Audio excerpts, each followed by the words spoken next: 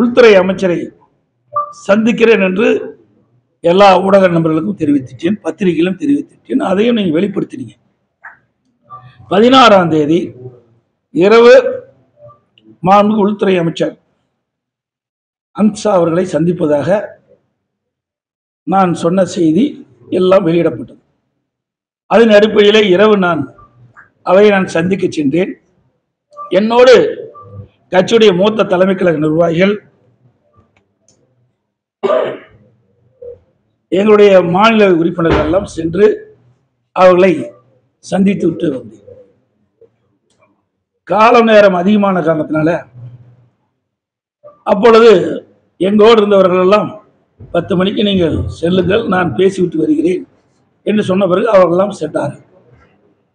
நான் காலையில் மரியாதைக்குரிய மாண்புமிகு இந்திய நாட்டுடைய குடியரசு துணை தலைவர் அவர்களை நேரடியாக ஒரு இல்லத்தில் சந்தித்து அவருக்கு வாழ்த்து கூறினோம். நானும் என்னோடு எங்களுடைய கட்சி மூத்த நிர்வாகிகள், மாநில உறுப்பினர்களெல்லாம் சென்று அவர்களுக்கு வாழ்த்து தெரிவித்தோம்.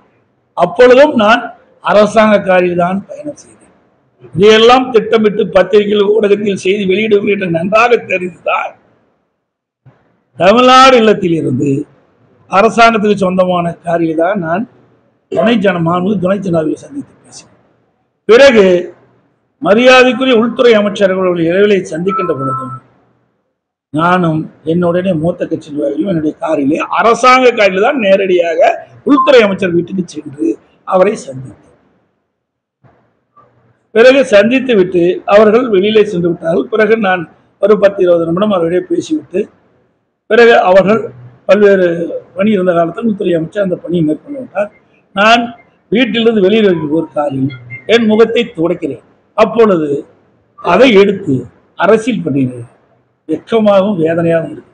தமிழ்நாட்டிலே ஊடகம் பத்திரிகையும் இந்திய நாட்டுக்கு ஒரு முன்னுதாரணமாக விளங்கக்கூடிய பத்திரிகை ஊடகம் இப்படி தரம் தாழ்ந்து இதை வெளியிடுவது எந்த விதத்தில் சரியா இருக்கு?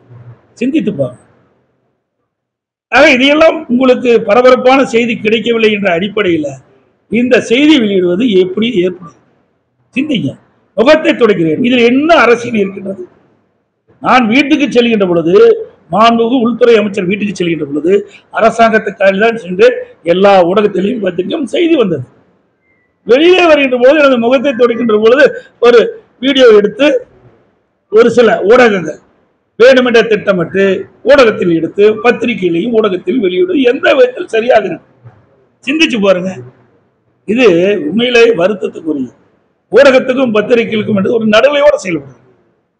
ஒரு தலைவரை வேண்டுமென்று ஒரு கட்சியுடைய பொதுச் செயலாளரை திட்டமிட்டு இதை அவதூறாக செய்தி வெளியிடுவது சரியில்லை என்பதை மட்டும் நீங்கள் உணர வேண்டும். இன்றைக்கு பத்திரிகையும் ஊடகமும் நாட்டு மக்களுக்கு செய்தியை கொண்டு சேர்க்கக்கூடியவர். இன்னும் சொல்ல போனா சொல்லக்கூடாது, வருத்தத்தோடு சொல்றேன், இனிமேல் ரெஸ்ட் ரூம் போனா கூட உங்களுக்கு சொல்லிட்டு தான் போகணும். அப்படிப்பட்ட நிலைமைக்கு இன்னைக்கு அரசியல் போய்விட்டது. இனிமேல் நான் பொதுச் செயலாளர் ரெஸ்ட் ரூம் போனா பத்திரிகையில் உடனே இந்த ரெஸ்ட் ரூம் போறேன்னு சொல்லிட்டு போக வேண்டிய நிலைமைக்கு இன்னைக்கு ஒரு சூழ்நிலை ஏற்பட்டு அச்சத்தின் அடிப்படையில் சொல்றேன். இதுல என்ன இருக்குது?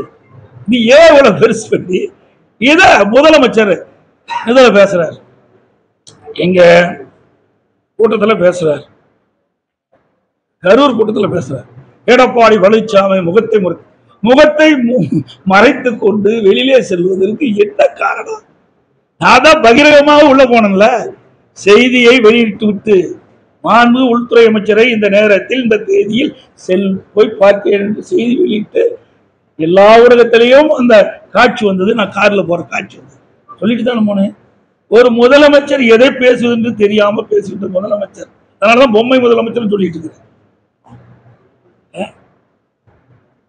எதை பேசணும், எதையும் பேச முடியாது, சரக்கு இல்ல. எங்கள் மீது எந்த குற்றச்சாட்டும் சொல்வதற்கு அவரிடத்துல எந்த ஒரு ஆதாரமும் இல்லை. நாங்க அப்படி நடக்கவும் இல்லை. எங்களுடைய ஆட்சியில் சிறப்பான ஆட்சி கொடுத்த, அதனால அந்த ஆட்சியில் எந்த குற்றமுறையும் கண்டுபிடிக்க முடியல. அது மாதிரி அதை விட்டுவிட்டு இப்படி சிறுபிள்ளைத்தனமாக இப்படிப்பட்ட இந்த காட்சியை வைத்துக் கொண்டு பேசுவது ஒரு முதலமைச்சர் அழகல்ல. அதே போல இன்றைய தினம் பேசுறார் முதலமைச்சர் ஸ்டாலின். ஏதோ நான் முகத்தை மறைச்சிட்டு வந்த மாதிரி பேசுறேன். முகத்தை மறைக்க வேண்டிய அவசியம் எனக்கு எல்முனை அளவும் இல்லை. முகத்தை துடைத்தேன். நீங்கள் பத்திரிகையில் அதை சரியான முறையில் எடுத்து காண்பிக்கிற விதமாக காண்பித்து விட்டீர்கள். அது ஒரு விருப்பான செய்தியை உங்கள் பத்திரிகை வேண்டும் என்று எடுத்ததாக நான் பார்க்கிறேன். இதே ஸ்டாலின் அவர்கள் நான் பெரும்பான்மையை நிரூபிக்கின்ற பொழுது சட்டை கிழித்து கொண்டு வெளியிலே வந்து ஆர்ப்பாட்டம் நடத்தினார். உங்களுக்கு நன்றாக தெரியும். யார் சட்டை கிழித்துக் கொண்டு வருவார்கள்? மனநிலை பாதிக்கப்பட்டவர்கள் தான் சட்டை கிழிச்சிட்டார்கள். அப்படிப்பட்ட நிலையில் வந்தவர் என்னை பற்றி பேசுவதற்கு எந்த வித தார்மீகம் கிடையாது. அதோட பத்திரிகையாளர்களை ஊடகங்களை நான் கேட்டுக்கொள்வேன். எல்லாம் அதிமுகவில் நான் இரும்புனா விவாதம் மேட, தும்புனா விவாதம் மேட, அது ஒரு ஆக்கி போட்டு வச்சு பேசிட்டு இருக்கிறீங்க. ஆளுங்கட்சியா இருக்க கூட முதலமைச்சா இருக்க போது தான் பேசுறீங்க. எனக்கு எதிர்கட்சியா இருக்க சுமார் 8 ஆண்டு காலம் என்னை பற்றிய இந்த ஊடகத்திலையும் பத்திரிகைகளும் நீங்க விவாத மேடையில் வச்சும் பத்திரிகைகளையும் ஒளிபரப்புகளையும் பண்ணிட்டு இருக்கிறீங்க. அதுக்கு நான் நன்றி தெரிவிச்சுக்கிறேன். ஏன்னா எல்லாத்துக்கும் என்னை அடையாளம் காட்டிட்டீங்க. பரவாயில்ல, நன்றி. ஆனால் எவ்வளவு பெரிய பிரச்சனை நடந்திருக்கு. கிட்னி முறைகேடு நடந்திருக்கு. வறுமையை மையமாக வைத்து வறுமையை மையமாக வைத்து கிட்னியை முறைகேடாக திருடப்பட்டதாக செய்திகள் வெளிவந்து பத்திரிகை ஊடகத்தில் வெளிவந்து இந்த அரசாங்கமே அது ஒரு குழு அமைத்து அதை சோதனை நடத்தி நடந்தது உண்மை என்று வெளியிட்டிருக்காங்க. அது யார் நடந்தது? திமுக சட்டமன்ற உறுப்பினருடைய மருத்துவமனையில் நடந்ததால்தான் இந்த பத்திரிகையிலையும் ஊடகத்திலையும் வந்திருக்குது. அதில் அந்த உறுப்பு மாற்று அறுவை சிகிச்சை செய்யறது அனுமதி மட்டும் ரத்து பண்ணிருக்கு. அதற்கு மேல் முறைகேடு நடந்ததற்கு எந்த நடவடிக்கை எடுக்கப்படவில்லை. ஆளுங்கட்சியை சேர்ந்த சட்டமன்ற உறுப்பினர் மருத்துவமனை என்ற ஒரே காரணத்துக்காக திராவிட முன்னேற்ற கழக அரசு, ஸ்டாலின் மாநில அரசு அந்த நிறுவனத்தின் மீது, அந்த மருத்துவமனை எந்தவித நடவடிக்கை எடுக்கவில்லை. அவர்கள் மீது நடவடிக்கை எடுக்க. இது எவ்வளவு பெரிய மோசடி.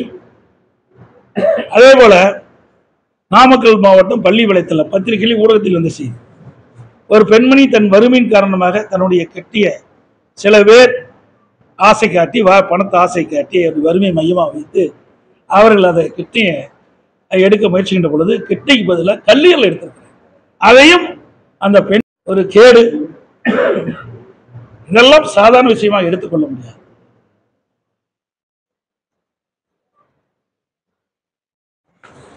அது மட்டுமல்ல, மாண்புமிகு உள்துறை அமைச்சரை சந்தித்து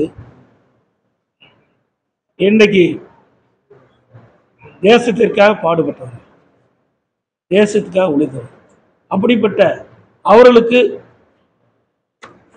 மரியாதை செலுத்த வேண்டும் என்ற அடிப்படையில் பாரத ரத்னா விருது வழங்க வேண்டும் என்று நானும் என்னுடைய மூத்த கட்சி நிர்வாகிகளும் மாநில உறுப்பினர் ஒன்றாக சேர்ந்து உள்துறை அமைச்சரும் கடிதம் கொடுத்தேன். அதற்காக நாங்கள் முன்னேற்பு கொடுத்தோம். அதோட இந்த அடிக்கடி பத்திரிகையில் ஊடகத்தில் வர செய்து தயவுசெய்து அதை தவிர்க்க வேண்டும். ஏன்னா பல முறை சொல்லிட்டேன். ஆனால் தொடர்ந்து அதையே நீங்க அரைச்சமாவே அரைச்சிட்டு ஐடிசி ஹோட்டலில் அனைத்து இந்திய அண்ணா திராவிட முன்னேற்ற கழகம் பாரதிய ஜனதா கூட்டணி அமைச்ச பிறகு மாண்பு உள்துறை அமைச்சர் தெளிவுபடுத்தினார். அனைத்து இந்திய அண்ணா திராவிட முன்னேற்ற கழகத்தில் உள்கட்சி விவகாரத்தில் நான் தலையிட மாட்டேன். எல்லா பத்திரிகையிலும் ஊடகத்தில் வந்திருக்குது, என்கிட்ட ஆதாரமும் இருக்கு. அப்படி பேசிய பிறகு மீண்டும் மீண்டும் இவர் அழைச்சு பேசுறாரு, அவர் அழைச்சு பேசுறாரு. இதையெல்லாம் தயவு செய்து விட்டு நானும் தெளிவுபடுத்தி விட்டேன். அப்படி எந்த பேச்சுவார்த்தையும் நான் நடத்தவில்லை அவரோடு. அவரும் எங்களோட உள்கட்சி விவகாரத்தை தலையிடவில்லை. இதுக்கு முற்றுப்புள்ளி வைத்து விட்டேன். மீண்டும் யாரும் தயவு செய்து அருள் கூர்ந்து பத்திரிகையாளர் ஊடக நண்பர்களோ இந்த செய்தியை வெளியிட வேண்டாம் என்று அன்போடு கேட்டேன். அவர்களும் சொல்லிவிட்டார், நானும் சொல்லிவிட்டேன். இதோடு முடிந்து விட்டோம். இதை அரைத்தமாவை தொடர்ந்து உங்களுக்கு விருப்பமான செய்தி எடுப்பதற்கு நாங்கள் கிடைக்க எங்களை பயன்படுத்த வேண்டாம் என்று அன்போடு இந்த நேரத்தில் கேட்டேன். அதே போல டிடி அவர்கள் என்னை பற்றி சில கருத்து தெரிவித்தார். மாண்பு உள்துறை அமைச்சர் அவர்கள் ஐடிசி ஹோட்டல்ல தெளிவா சொல்லிட்டார், உட்கட்சி விவகாரத்தில் நான் தலையிட மாட்டேன்னு சொல்லி. அதிமுக என்டிஏ கூட்டணி அமைக்கப்பட்டது. அதுக்கு பிறகு ஒரு வாரம் கழித்து இந்த பத்திரிகையாளர் சந்திப்பை டிடி அவர்கள் சந்தித்து பேசுகின்ற பொழுது நாங்கள் அதிமுக கூட்டணி இல்லை, ஆனால் என்டிஏ கூட்டணி இருக்கிறோம், ஆனால் என்டிஏ எடுக்கின்ற முடிவுக்கு நாங்கள் தொடர்ந்து செல்வோம் என்று சொன்னார்.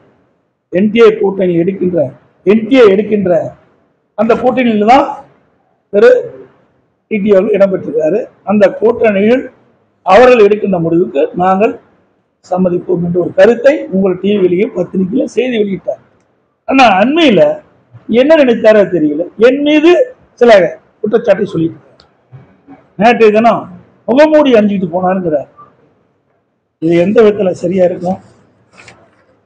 பார்த்தீங்கன்னா நான் முகமூடி முடிஞ்சுட்டு தான் போகல, அவர் தான் முகமூடி அணிஞ்சு அதிமுக முடிஞ்சார். இது 19/12/2011 19/12/2011 குறிச்சிங்க. 19/12 அப்போது மாண்புமிகு புரட்சித் தலைவர் அம்மா அவர்கள் டிடி தினகரன் அடிப்படை ஒப்புதல் நீக்கப்பட்டது. இது அம்மாவுடைய கையெழுத்து. அது வேணா பார்த்துக்கிட்டேன். 10 ஆண்டு காலம் கட்சியிலே கிடையாது. மாண்பு அம்மா அவர்கள் மறைந்த பிறகு இறந்த பிறகு அப்பொழுதுதான் இந்த இறுதிச்சடங்கு வராது. அது வரைக்கும் அம்மா அவர்கள் இருக்கின்ற வரை அவர் சென்னை பக்கம் வரல. அவர் என்னை பத்தி பேசுறார். இது தேவையில்லை.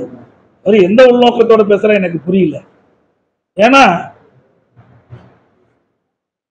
தேசிய தலைவராக இருக்கின்ற ஐயா பசும்பொன் முத்துராமலிங்க தேவர் அவர்களுக்கு பாரத ரத்னா இந்திய நாட்டுடைய உயர்ந்த பாரத ரத்னா கொடுக்க வேண்டும்னு அறிவிப்பு கொடுத்த பிறகுதான் இப்படிப்பட்ட கருத்தை சொல்லிட்டு இருக்க. அதுக்கு முந்தியெல்லாம் இப்படிப்பட்ட கருத்தை சொல்லல. இது என்ன உள்நோக்கத்தோட பேசுறான்னு எனக்கு புரியல. அமித்ஷாவை நீங்க சந்திக்க போகும்போது வரும்போது தனியார் கார்ல ஒரு தொழிலதிபரோட நீங்க வந்ததா சொல்றாங்க. நீங்க எப்படி தொழிலதிபர்? நீங்க இதெல்லாம் நீங்க கெஸ் பண்ணி கேட்க கூடாது. அதாவது ஒருவர் போறது வர்றது இதெல்லாம் நீங்க இங்கிருந்து போறீங்க, நீங்க யாரோட பொண்ணு கேள்வி கேட்டேன்னு இங்க வர்றதுதான் பார்க்கணும். உள்துறை அமைச்சரை சந்திப்பதை மட்டும்தான் நீங்க கேட்கணும்.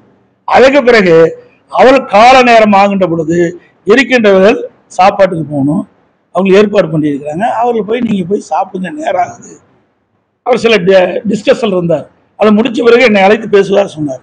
அதனால நீங்க நேரம் எந்த நேரம் முடியும்னு தெரியாது, அதனால நீங்க வீட்டுக்கு போகணும். நான் கார் இல்லை, நான் இவரில் போய் பல கார் என்கிட்ட கிடையாது, நாங்கள் தான் அரசாங்கம், அதுதான் ஏற்கனவே நீங்க தான் தெரியுமே, இந்த காரில் மாதிரி போனாங்க. அந்த கார் இல்லாததான கிடைக்கிற காரில் போக வேண்டியதுதான்.